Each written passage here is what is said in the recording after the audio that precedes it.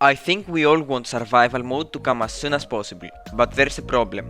Here are all the reasons for why creative in its current state just wouldn't work well with survival. I don't like being negative about things that I'm excited about, but this is just how the experience will be when playing.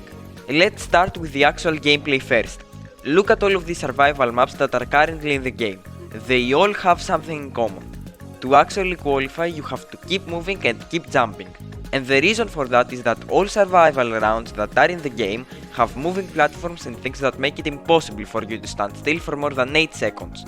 But here's the problem, creative doesn't yet have any moving platforms, so you could try to make a map that's impossible to not keep moving all you want, but there's always gonna be that one spot in the map that you can just sit and qualify without doing anything. And even when moving platforms finally arrive, that causes another problem. From what we know, survival rounds are just gonna have a timer that you have to reach to actually beat it.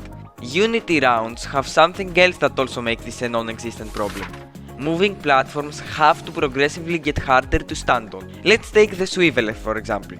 As the round progresses, the ring gets faster and faster, and so does the fan. If the platforms are moving at the same speed the entire time, then not only can it get really boring if the round has a long timer, but also after you complete the path like 2 times, it instantly becomes muscle memory and you can qualify with no problem, especially if the map itself is not that difficult. Also, just before we go any further in the video, I just want to mention that the idea for this video came from FG Muffins, so go follow her if you haven't, I have a link in the description. But let's say you actually find a map that's good and you really like it. Prepare for your time to be wasted. Let's take this scenario. You find a map that you like mostly because it's actually really difficult and you want to beat it really badly. Well, to play it, you have to first create a custom and enter the share code, then wait for the matchmaking to actually work, which a lot of times it doesn't, and then wait for the loading screen to appear, maybe an intro camera if they ever add those, and then the 3, 2, 1 countdown.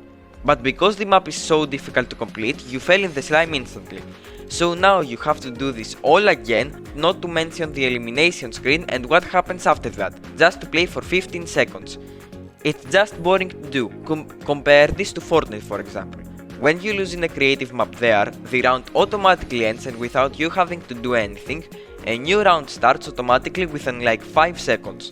That's what Fall Guys needs to do to make survival actually fun. Have either a multi-round system like Fortnite or just a restart attempt button similar to the one we had in the time attack LTMs. And also, let's just talk about actually finding the rounds. Creative right now does not have a way to surface to you rounds that you might like how Fortnite has. Yes, I'm bringing up Fortnite a lot in this video because first, it's owned by the same company, and second, pretty much everything I'm talking about in this video, they've already done right, so I think it's good just compare the experience of both games. Right now, if you want to find a good map to play, you pretty much have no other option than to just go on Twitter or Reddit and find a map there, and having to go to a different website just to find one map to play is kind of annoying sometimes. Now there is a saving grace here. Leaks have shown that a new Discover tab in the show selector is in the works that will display both popular and hard rounds, and it's probably coming out in the 10.6 update in December. If it works well, then that will solve one of my biggest worries about survival mode and will also benefit races as well. And these are all my reasons for why I think that survival isn't coming anytime soon and why it would be a bad idea to release it anytime soon. I'm waiting for it to come as soon as possible, but it's better to let Mediatonic add the ingredients to make it good first, than to just release it without it actually being good. If Discover does come in the next update, then all of the other things that I mentioned could just come with the survival update. Also, if you're expecting survival to come in the next update, then don't. It would be really stupid for Mediatonic to release it then.